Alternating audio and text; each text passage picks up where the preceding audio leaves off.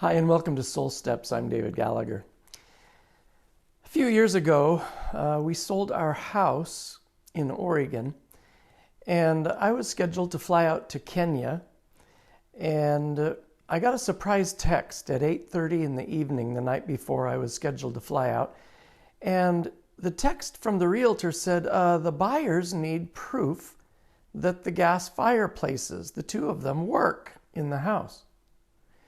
Well, I had been scheduled the week before to meet with the buyers to go through the house and go over everything that I felt they needed to know, including the ability of the fireplaces to turn on.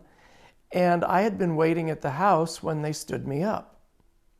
So getting a call at 8:30 in the evening the night before I left, and the night before all the scheduled repairs were to be finished, did not make me very happy. And I was tempted to just dig my heels in, take the attitude that, your emergency is not my crisis.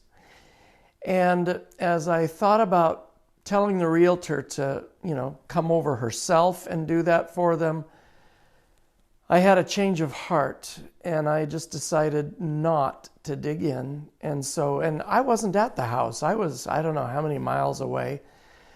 But I got in my car and I went over to the house and I took photos of the fireplaces and sent those off, and everything got done just fine. It reminds me, though, how often in life surprises come and we are asked to do certain things, and we really want to dig in and not move. I was thinking about the Sermon on the Mount in Matthew chapter 5, and in verses 38 to 42, Jesus is talking about your attitude about if someone strikes you on one cheek, turn the other cheek to him. If someone wants your tunic, then give him your cloak as well. And then in verse 41, it says, if someone compels you to go 1 mile, then go another mile. And that reference about going the extra mile had to do with messengers and couriers back in those times. The Romans had learned a system of communication from the Persians, and they would have people on foot or on horseback every so many miles so that messages could get passed on. But there were times they would just have to compel somebody in the line of communication to go further than they maybe expected.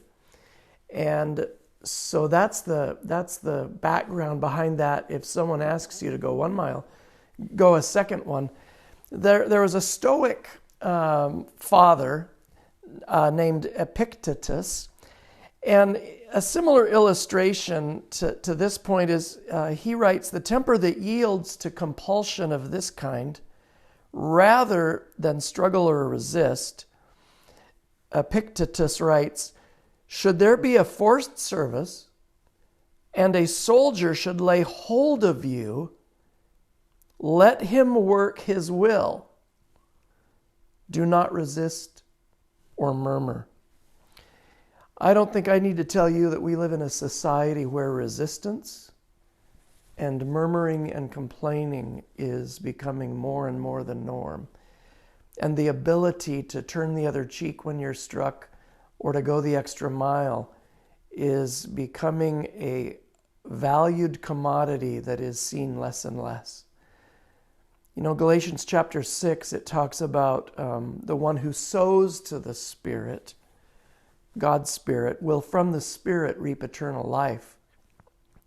And it then goes on to say, let us not grow weary in doing good, for in due season we will reap if we do not give up.